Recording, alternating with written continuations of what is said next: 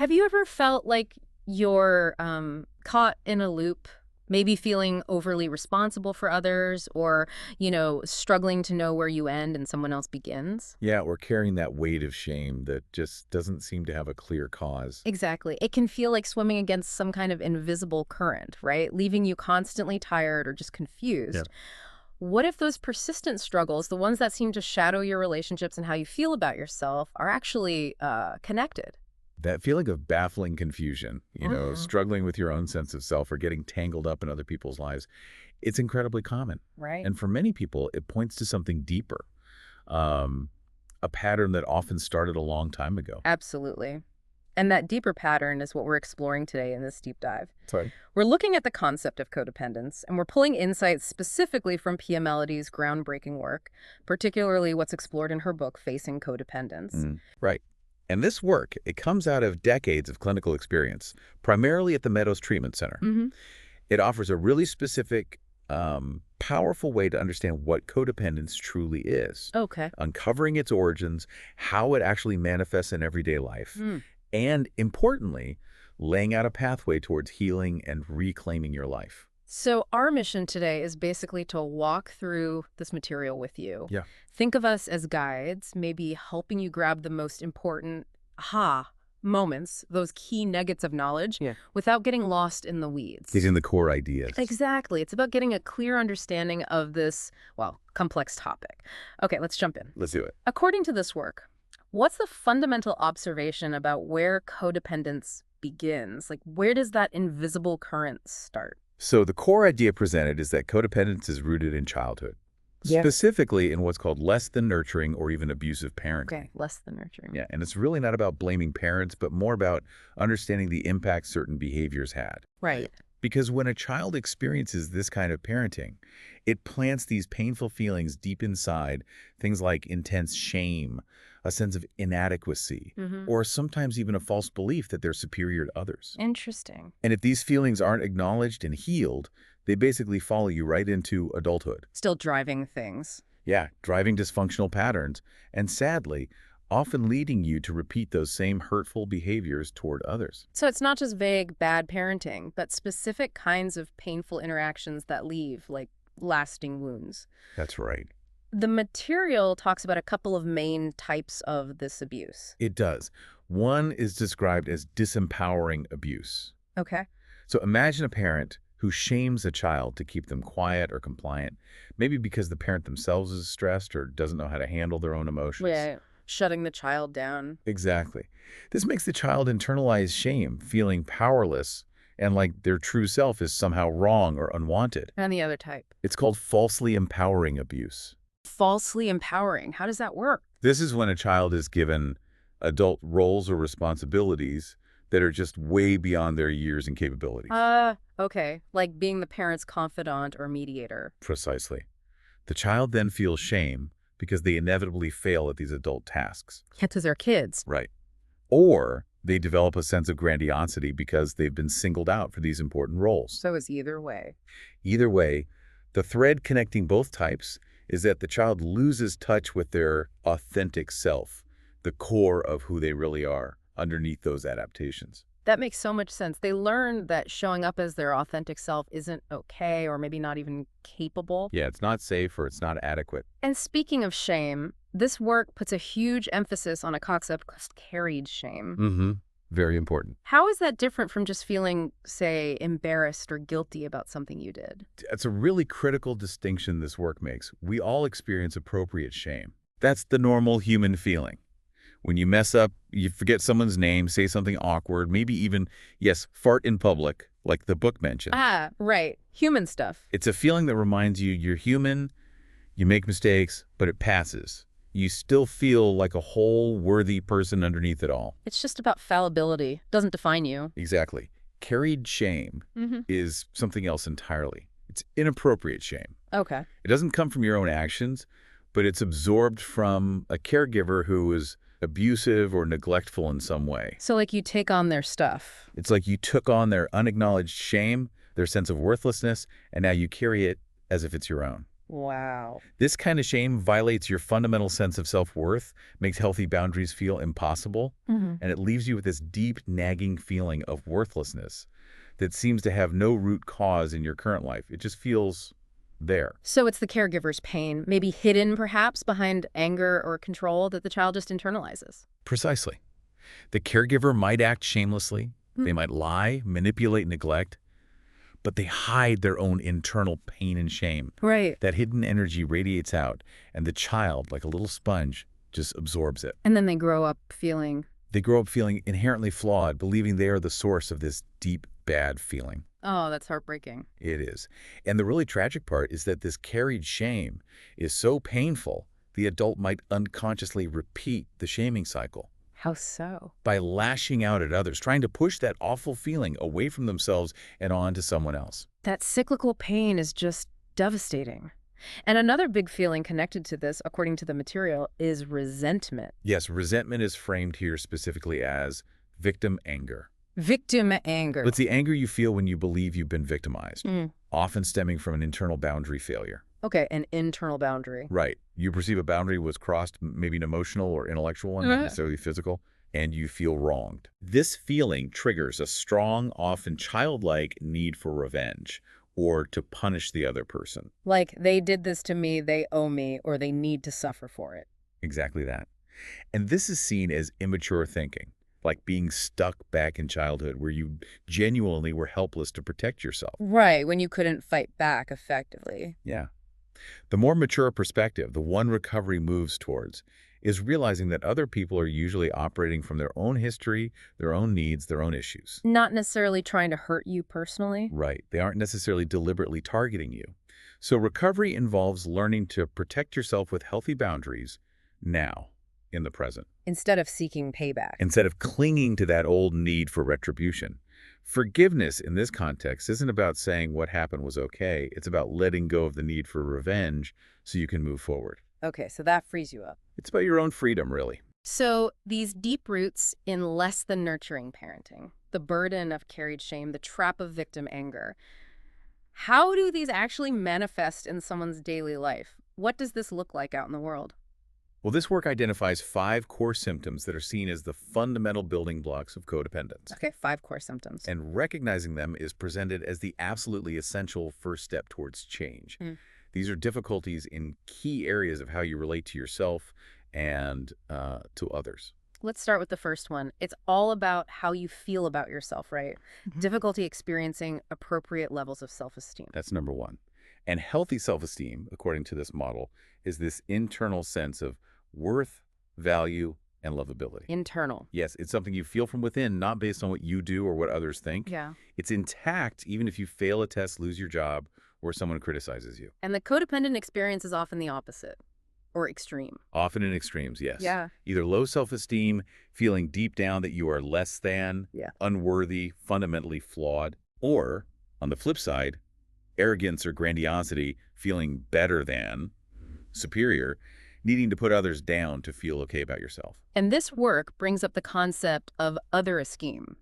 That feels key here. It is really key. This is basing your entire sense of worth on external factors. Like what? How you look, how much money you have, your job title, your kids' achievements, your partner's status, how many likes you get on social media, Yeah. anything outside of yourself. Right. All the external stuff. The problem is, if your esteem is tied to those external things, it's incredibly fragile. Because they can change. Exactly. Yeah. Any change, any loss, job loss, breakup, kids struggling, and your whole sense of self can just come crashing down. Unlike true self-esteem, which is supposed to be anchored inside you. That internal anchor. Where does this difficulty originate, according to the model? Well, no self-esteem is often instilled by caregivers, sending those direct or indirect less than messages. Mm. You're stupid, you're clumsy, you're not good enough.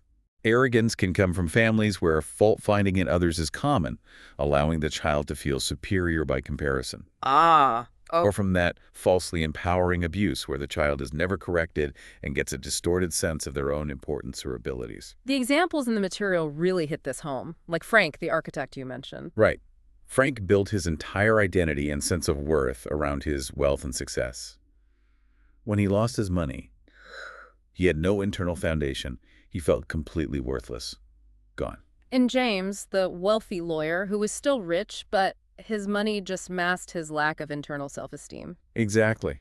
He couldn't even recognize the problem because his external wealth kept him propped up, kept him in denial. Money can be a powerful mask. Oh, definitely. Money, status, even your children's perceived respectability. Mm. These can be powerful ways people avoid facing that internal void. Like Liza, the mother whose esteem hinged entirely on her son staying out of trouble. Yes. When he got arrested, she felt like a total failure because her worth was based entirely on his actions, his behavior. Those are potent illustrations of living based on other esteem. Okay, moving on. Symptom number 2. Difficulty setting functional boundaries. This feels like a huge one. It really is. Boundaries are described here as like invisible force fields around you. Force fields, okay. They serve two vital purposes: protecting you from being abused and also from accidentally abusing others. And they clearly define who you are and who you are not. So internal and external. Exactly. They have external aspects like your physical space, who can touch you, and how, an internal aspect. What are the internal ones? Protecting your thoughts, feelings, and behaviors. It means you're responsible for your stuff, your emotions, your choices, not everyone else's. And internal boundaries also mean not letting other people's stuff control your reality, right? Precisely. Not letting their moods or opinions dictate how you feel or think. How are these supposed to develop? This work suggests healthy boundaries are actively taught by parents. Yeah. They protect the child appropriately, like keeping them safe, but they also respectfully confront the child's own inappropriate behavior, teaching limits. And if that doesn't happen, You develop damaged or impaired boundaries. what do these impairments look like? Are there types? The material describes 4 main ways boundaries get messed up. Having none is one type. No boundaries at all. Yeah, feeling completely unprotected, maybe not even knowing you're being abused or not realizing you're being abusive yourself, an inability to say no. Okay, what else? Damaged boundaries. This is like having holes in your force field. You're inconsistent. How so? You can set boundaries with some people or in some situations, but not others. Maybe you're fine at work, but a total doormat at home, or vice versa. Got it. Then there are walls. Walls, yes. Yeah. Using anger, fear, silence, or cutting words to completely shut everyone out. So it protects you. It protects you from getting hurt, maybe, but it also completely blocks intimacy and connection. Right. And the last one. Shifting boundaries. This is swinging unpredictably between having no boundaries and having walls up. Very confusing for others. And the book mentions offenders here, too. Yes, someone who abuses others is seen as someone fundamentally lacking functional boundaries themselves. They don't respect others' force fields. The examples here really help picture this.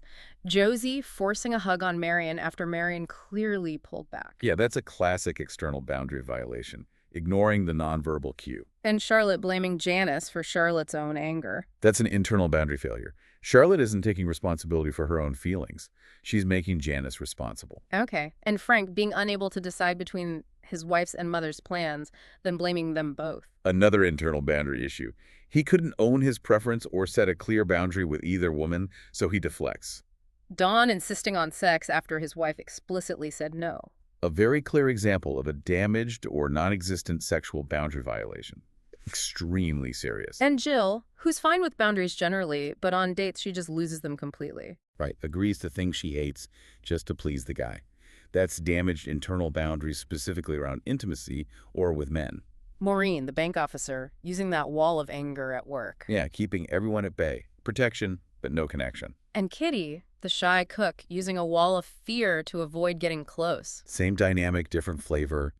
These examples show how boundary failure can mean you are either abused or you inadvertently act in abusive ways yourself.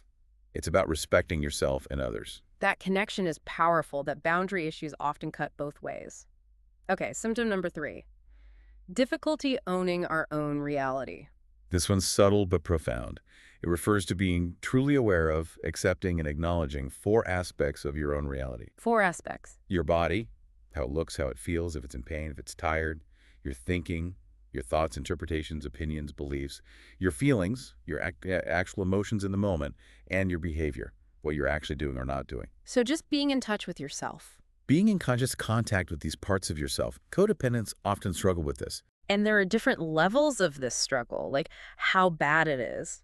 Yes, the book describes level A and level B. Level A is knowing your reality but hiding it. Why hide it? Pretending it's different because you're afraid of being unacceptable or rejected if you show up as you truly are. Fear-based. Okay. And level B? Level B is more severe. You genuinely don't know your reality. You're living in a kind of unconscious delusion. So you don't even know what you think or feel. Or you might have to create a false identity or simply mirror whoever you happen to be with because you lack that internal sense of self. Wow. That sounds really disorienting. Extremely. The material links extreme level B to individuals who had to detach completely from shame to survive severe abuse, and they can potentially become shameless offenders themselves. Where does this difficulty start in childhood? It often comes from childhoods where a child's reality was consistently ignored, attacked, contradicted, or abandoned. Can you give an example? If a child cries because they're genuinely hurt, and a parent tells them, "You're fine, stop crying," or gets angry at them for expressing pain. They learn not to trust their feelings. Exactly. They learn it's not safe or okay to express their reality, their pain.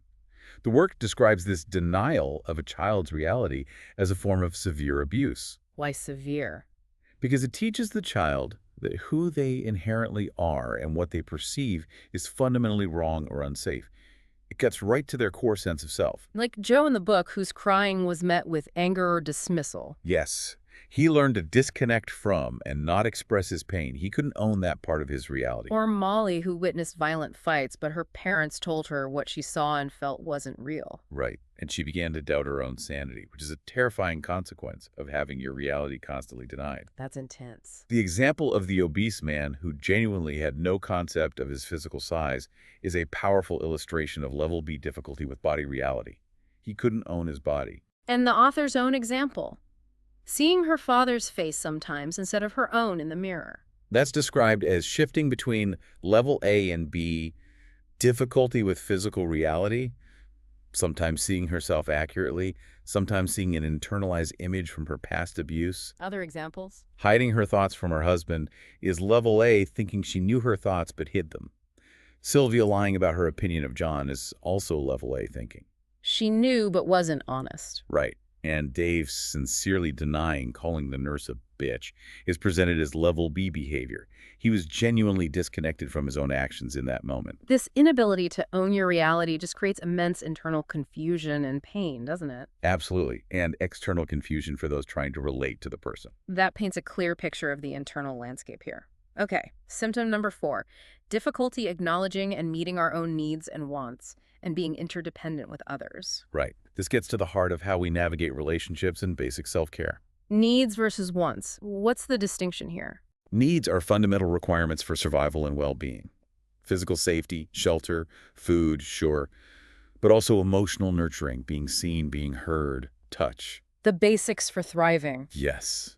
As adults, the work says it's our responsibility to know these needs and ask for help appropriately when needed. And wants. Wants are more like preferences, things that bring joy, fulfillment, pleasure, but aren't strictly essential for survival. Okay. And interdependence. Interdependence is the healthy balance, meeting others' needs appropriately without enabling them or building resentment while also getting your own needs and wants met in a healthy way.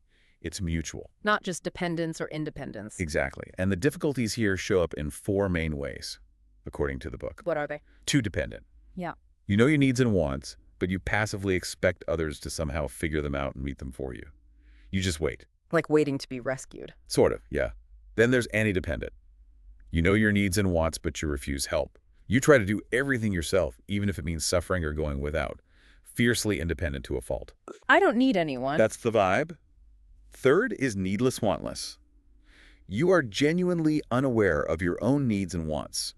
You might be intensely focused on others' needs instead, but blank about your own. Unaware. Like really don't know. Genuinely disconnected from them. And fourth is confusing needs and wants. How does that look? Prioritizing getting wants, often compulsively, maybe through shopping, eating, substances, while neglecting or being unaware of your fundamental needs for connection, safety, or care. Where does this go wrong initially in childhood? Well, too, dependent patterns can come from parents doing everything for the child, creating an unhealthy enmeshment where the child doesn't learn to function autonomously. Okay. Anti-dependent can stem from parents attacking or shaming the child for expressing needs or wants. So the child learns it's bad to need things. Right. Shut that down. Needless wantless often comes from neglect or emotional abandonment, where the child's needs simply weren't met or even acknowledged. They just learned to not expect anything, So they stop feeling them, almost. or stop being aware of them. And confusing needs wants can occur in families, sometimes wealthy ones, where material wants are easily provided, but crucial interactive needs like emotional presence, nurturing, appropriate boundaries are absent. So they learn to value the wants over the needs. Right. And feeling shame as an adult when you recognize or express a need is often a strong indicator of childhood abuse around needs and wants. That feeling of, I shouldn't need this. The author's own examples are really vulnerable and illustrative here, aren't they? Yes, Pia describes being needless, wantless about food to the point of severe anorexia, being unaware of her need for adequate clothing, or not realizing her need for physical affection until she was fighting her husband for attention. Wow. She even ignored a severely injured foot, unaware of the pain because she was so disconnected from her body's basic needs and It's signals. just completely out of touch. Yeah. And the example of children receiving everything they want materially but not basic nurturing, leading to confusion and potentially compulsive behaviors later, really underscores how warped this area can become. It highlights how fundamental acknowledging these needs is to simply functioning, let alone thriving. Absolutely. Okay, final core symptom, number 5. Difficulty experiencing and expressing our reality moderately. This is the symptom you can often see most clearly from the outside. It's that tendency to live in extremes. Extreme. Yeah, an all-or-nothing, black-and-white way of thinking, feeling, and behaving. The underlying belief can feel like, if it's not a lot, it's nothing, or only too much is enough. So extremes show up across the board? Body, thinking, feelings? Yes, in the body. Maybe extreme grooming and focus on appearance, or completely neglecting appearance. Okay. In thinking, very black and white. Seeing only two options, usually bad ones, jumping to extreme solutions like thinking about divorce over a minor disagreement about a coffee cup. Whoa, that's extreme. Right, in feelings. Either feeling almost nothing, being numb and shut down, or experiencing emotions that are explosive, overwhelming, agonizing, seemingly way out of proportion or control. And the work breaks down those intense feelings further, distinguishing types. Yes, that's important. It helps to recognize different quads of feelings you might be experiencing. There are adult feelings, Meaning? appropriate, moderate responses to what's happening now in the present. Then there are adult-induced feelings. What's that? Feeling overwhelmed by empathy for someone else's pain, which can happen if your own boundaries are weak and you kind of absorb their feelings. Then frozen feelings. Yeah. These are intense childhood feelings, fear, rage, grief that were shut down back then to survive.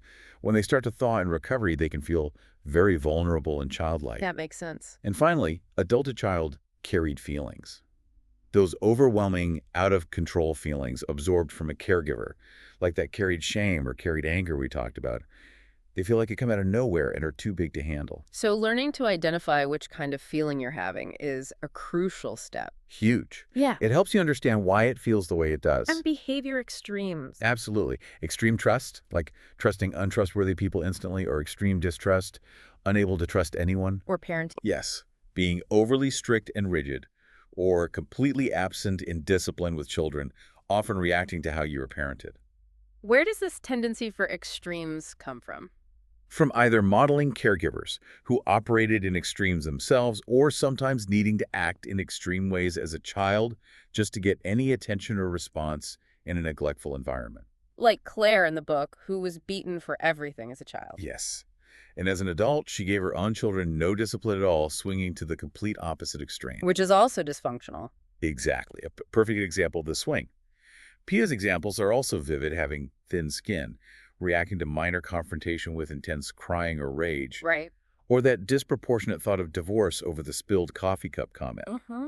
The extreme reaction to a simple comment about leaving lights on, going and turning all the lights off in the entire house in anger. Those are really clear examples of the all or nothing pattern, and this work makes a crucial distinction here between functional and normal. Can you explain that?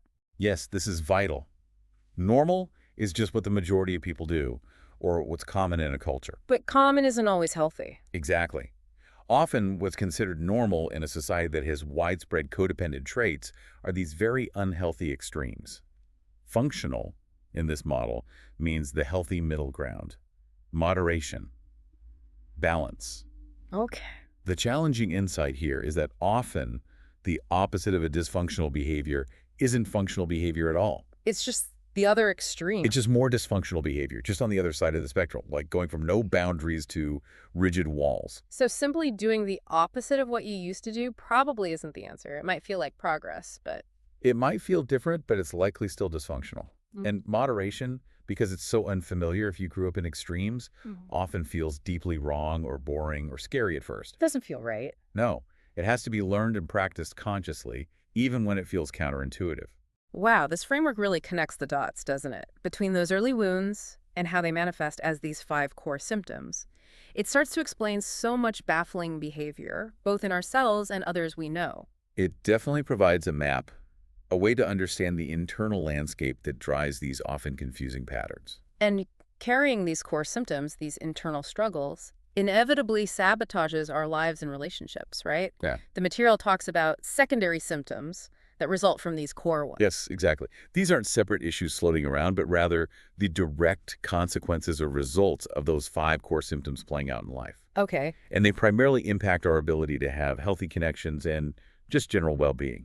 First up is negative control. What's that? Negative control is attempting to determine or influence someone else's reality, their thoughts, feelings, behaviors for your own comfort or sense of safety. Trying to manage them. Right. Or, conversely, letting their reality completely control yours. Positive control, which is the healthy version, is simply having self-control and owning your own reality. So negative control comes from the core symptoms. Directly.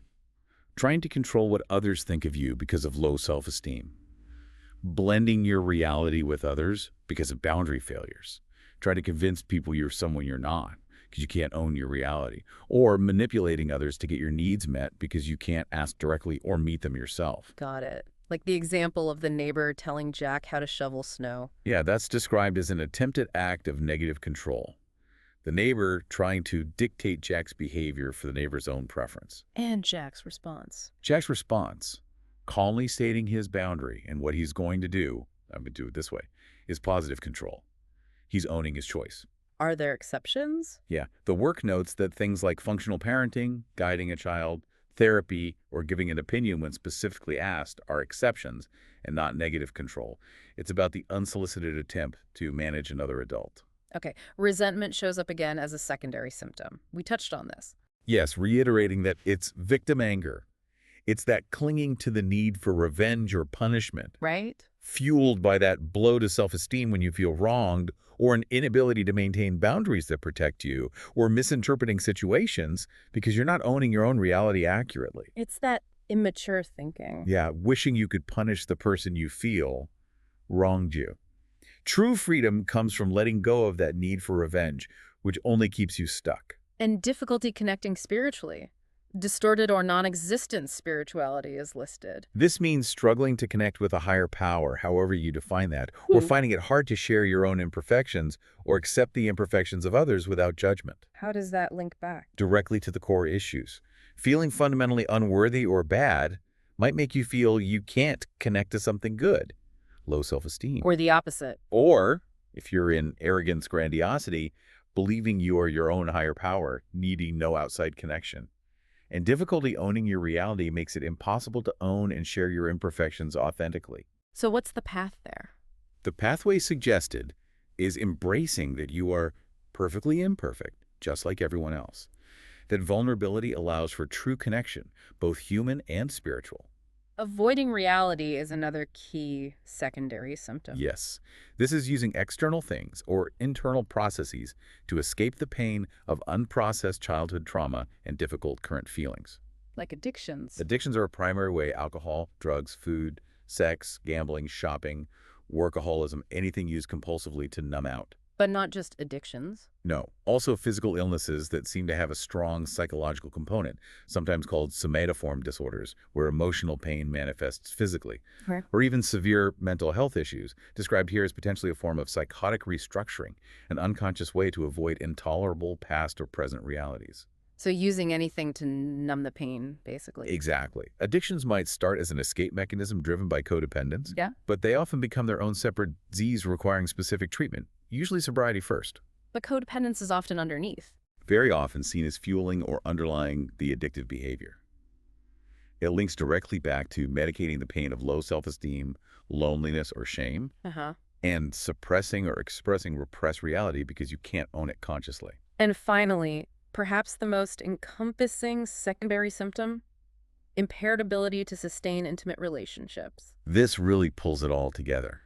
Intimacy in this framework is defined as the ability to share your authentic self with another person. Okay. Allow them to share theirs with you without you trying to fix or change them. Right, acceptance. And for there to be a mutual balanced exchange. And codependence blocks this. Every single one of the 5 core symptoms blocks true intimacy. Fear of exposure or judging others kills vulnerability, self-esteem. Victim and offender dynamics prevent equal partnership, boundaries. Makes sense. Inability to share your true self or needing to manipulate others blocks genuine exchange. Owning reality needs wants. And those frightening emotional extremes or that numb detachment make safe, consistent connection impossible. So ultimately, codependence makes true adult intimacy incredibly difficult, if not impossible to sustain. That's the argument, yes. It keeps people locked in unhealthy patterns instead. This model does such a powerful job of showing how those early wounds create this whole interconnected web of struggles that impact every part of your life, especially your ability to connect authentically with others. It really maps out the landscape of the disease, as the book calls it, in a comprehensive way. It shows how things are linked. So after understanding the roots and the symptoms, which can feel, frankly, a bit overwhelming, It can, yeah. what is the path forward? What does this work suggest for recovery? Well, the work emphasizes that recovery requires significant courage. Courage. Courage to honestly face the disease, first off, to recognize these symptoms in yourself without collapsing into shame about them, and crucially, courage to look directly at your own history. Facing the past? Yes, the material offers a very direct, almost blunt message here. Hug your demons or they will bite you in the ass. That's a vivid image. What does hugging your demons mean in this context? Facing them? It means you have to consciously turn towards the painful, less than nurturing events from your past.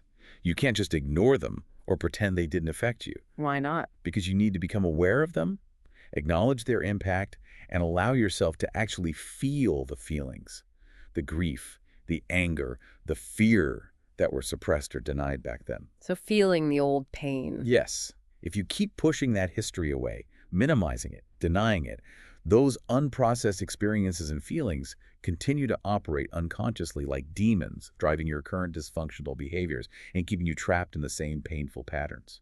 So facing and processing your history is the only way to break that cycle. That's the core message for healing the roots. You have to make the unconscious conscious. And this isn't a journey anyone is expected to do alone, is it? Absolutely not. The book itself underscores this, acknowledging the vital role of support from others. Like, Whether that's colleagues, fellow travelers in recovery groups, therapists, trusted friends, or family if they're healthy enough.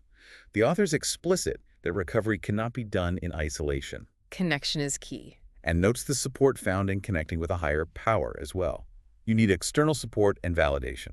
And going back to that fifth core symptom, moderation is absolutely central to the recovery path. Not just feeling the past, but changing the present behavior. Fundamentally, recovery involves consciously moving away from those dysfunctional extremes, the all-or-nothing patterns, towards functional, moderate behavior in all areas of your life.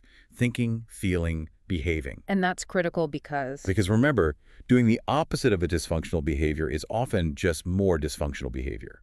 The goal isn't the other extreme, it's the healthy middle ground. the balanced place. Yes, and this is really important to remember. Functional, moderate behavior will likely feel very uncomfortable, foreign, or even wrong at first. Why wrong? Precisely because you are so used to living in the extremes. Moderation doesn't have the same intensity, the same charge. It might feel boring or like not enough. So it's a learned skill. Absolutely. It's a learned skill that feels counterintuitive initially Mm. and requires conscious practice and tolerance for that discomfort. This deep dive has really taken us through a powerful framework for understanding codependence from its origins in early, painful experiences through the 5 core symptoms that define the struggle. The self-esteem, boundaries, reality, needs, wants, moderation. Right. And how those symptoms then sabotage our lives and relationships through things like negative control or intimacy issues. Yeah.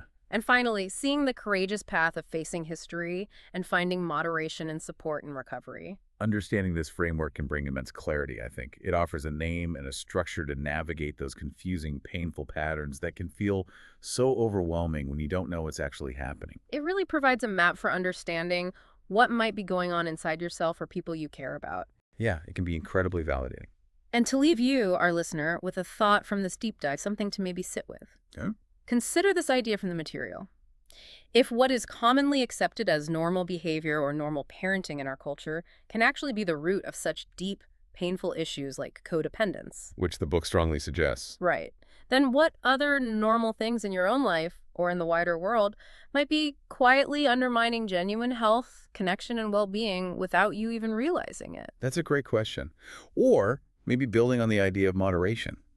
If swinging to the opposite extreme of a behavior isn't the answer, and that truly healthy path of moderation feels unfamiliar or even wrong at first, Yeah. how do you begin to discern and trust that path towards functional living in your own life? How do you know what healthy middle ground actually looks like when extreme feels more normal? Definitely something to ponder. We hope this deep dive has offered you some valuable insights to reflect on.